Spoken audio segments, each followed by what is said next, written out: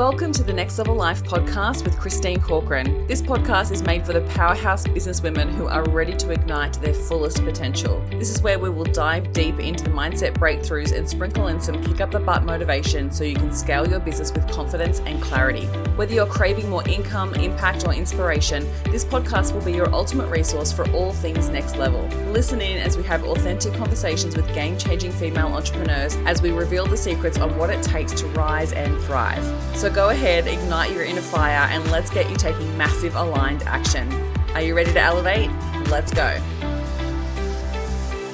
Hey, welcome back to the podcast. For day 2, we are going to be talking about the money stories that are running your business. From day 1, what money stories did you notice come to the surface? Because even as I was saying to you, like, calm your nervous system and look at your numbers, pay your bills, feel gratitude for your bills and how you're circulating money. What did you notice? What did you notice come to the surface? Because our money stories are running the show without us even realizing it. And they're so subconscious that we don't even realize that we're thinking them on a daily basis. Like they just is like this little soundtrack that happens just behind the scenes, and it impacts how you feel and then impacts your frequency that you're putting out to the universe. And then that impacts also your behavior and how you then interact with money. So I want you to start to think about what's actually running the show. What's the soundtrack that you're playing? Is the soundtrack that you're playing behind the scenes one of woe is me? One is everything's so hard. One is it's so hard to make money, that money is scarce, that, money doesn't grow on trees, money is dirty, money is filthy. Like, what's the story that is constant in the back of your mind? And for some of us, it's sometimes not that easy to just pick up on. Sometimes it's actually sitting down and thinking about your thoughts, like what runs through my mind when I'm paying a bill? What runs through my mind when I'm sending an invoice, when I'm receiving money? What's running through my mind when I think about my finances and my business? And if you sit there and think about it for a while, you will be able to come up with stories that your brain constantly runs. And those stories run in the background and impact how you feel on a daily basis. At the end of the day, money is a frequency, just the way that you are listening to this as a frequency. So when you're listening, because everything is energy, right? So if you think about the way that you're listening to this podcast, it's on a frequency airwave that's coming through to your ears, and your ears are then interpreting it, and it's interpreted as a frequency, and then you're understanding through the frequency of language. So money is just the same. It's actually a frequency. When you think about it, like sometimes it's tangible in a way that we obviously feel it in our hands, in the coins and in the notes that we use, but majority of the time it's numbers on a screen. It's numbers on a screen. So the way that you feel about money are the stories that you're telling yourself about those numbers on the screen. And so we want to recognize that story, because if you're telling a story of scarcity, and sometimes our money stories, no, actually not even sometimes, majority of our money stories, if we haven't really done any work around this before, it's often stories that we were told as kids, and it's usually our parents' money story. So if money was hard, money was scarce, money was a struggle, you had to work hard to earn money, like all of those types of stories, or the associations that we have with money as a kid.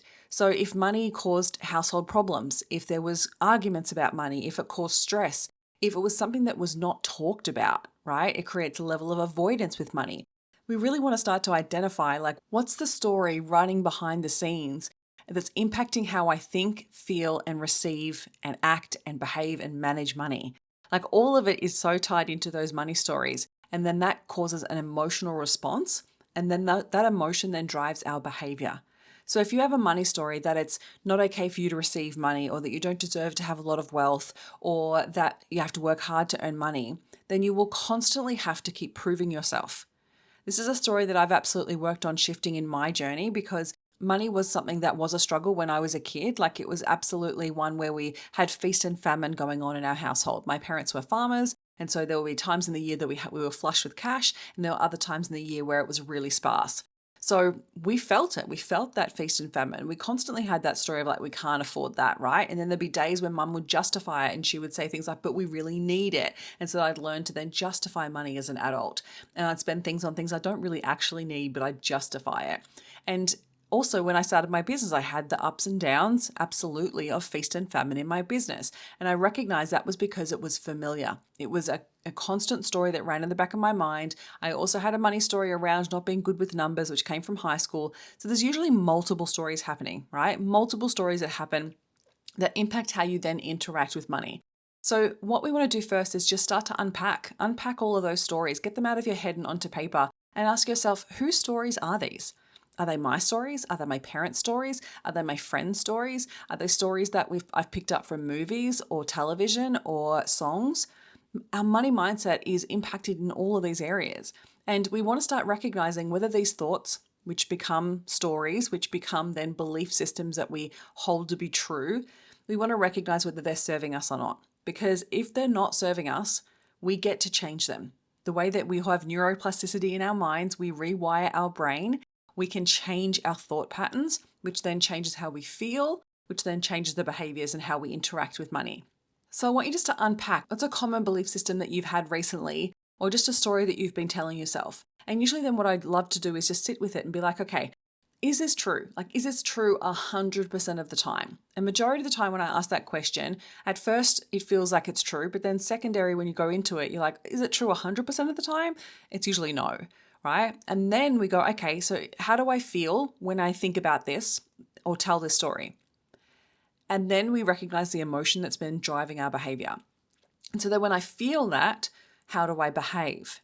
And then we start noticing some self-sabotaging behavior playing in, right? So you might hoard, or you might avoid, or you might spend, right? Or it might be something that you then bury your head in the sand, right? Like, what is it that you're doing? What's the behavior that you then have when you think that thought and feel that feeling? And then we want to recognize, okay, if that's a behavior that I don't want to continue to do, then we recognize that it's not a useful belief for me to have. So then we need to rewire it. I want to ask myself, like, what would be a more useful thought for me to have here? And let yourself come up with a new thought. If it's like you have to work hard to earn money, you might rewire it to be like, in this day and age, it's actually easier to earn money with less effort than ever before. Maybe it's money is dirty. You might want to rewire that to be money is a tool. It's a resource that every person gets to utilize in their lifetime. Maybe if the belief is like, well, I don't really deserve to have a lot of money, you might rewire that to every person deserves to have a lot of wealth in their business. Every person deserves to earn a lot of money. Or it might be that, well, I add a lot of value, so I deserve to receive a lot. Whatever it might be for you, I want you to rewire it, and you'll notice whether it makes a difference is depending on how it makes you feel. So if it makes you feel better, or if it makes you feel neutral, then you're moving in the right direction. The more we unpack these belief systems and start to rewire them, I love to do a lot of deep money rewiring processes with my clients, because sometimes they're so deep in our subconscious we don't realize how it's playing out. Other times it's association. So sometimes it's like a constant struggle, or if it is a feast and famine energy, or if it's this energy of like, it's not okay for me to talk about money. Like sometimes it's actually the subconscious nervous system reaction that's actually happening that we don't realize is happening, which causes the results that we're experiencing in our business. And so that's actually much harder to find. And that's why working with a coach can help you dive deeper into this, because we can pinpoint the self-sabotaging behaviors. We can then pinpoint where that behavior has come from. We can then pinpoint the belief systems underlying it, right? So sometimes it's not fully available for us because our subconscious mind wants to protect us. And so it doesn't necessarily want you to change anything. But really, when you start to dive deeper into it, you can start to unpack like these belief systems that literally run your business on a daily basis. And then you're like, oh my gosh, I can't believe this has been running the show. And then you can start to rewire it. Money gets to be an easeful relationship. It gets to be one of reciprocation. It gets to be one that is actually enjoyable. And I think that one of the things I would love for more and more women to have is that relationship with money, because we're not taught this in school. We're not taught how to manage our money. We're not taught that money, that, a lot of women are taught a lot of shame around money, and that doesn't make us feel good, which then causes us to then avoid making our situation better. And so I want to recognize that if you are experiencing that right now as we're going through this, if you're noticing you have a lot of shame around it, I want you to recognize that that's a societal thing that has happened. It's not your fault, and it's got nothing to do with the way that you have interacted with money in the past. And once we come to that level of acceptance, we can be like, cool, what can I now do to better my situation? What do I need to do differently? And sometimes there's an education gap, right? Sometimes there's a way of like, okay, I need to have more clarity. And I had this conversation with a client recently around getting across her numbers with her accountant so she could feel more confident with them. And it felt uncomfortable. I could tell there was a lot of shame there. And I said to her, like, it's not your shame. It's just society's way of keeping women playing small. And that's ancestral shame. It's generational shame, because women weren't even allowed to have a bank account without their husband signing off on it until 1984. Like, isn't that insane? So really acknowledging like it's not just our subconscious mind that's showing up, it's actually all of the generational DNA level of money stories that we're carrying as well. And so all we want to do is come back to a place of acceptance and recognize that it can be rewired, and you're doing that right now as you're listening to this, and you can get better with your money education. There is so much education online right now. There is so much education and support available. And also, like, just having those conversations. And like, I remember having a conversation with my accountant early on that I said to her, even though I'm a business coach, I still want you to explain everything in layman's terms. I don't ever want to walk away from a meeting feeling like I don't know what you're talking about. I want it to feel clear. I want it to feel easeful. I want it to feel like I've got my shit together.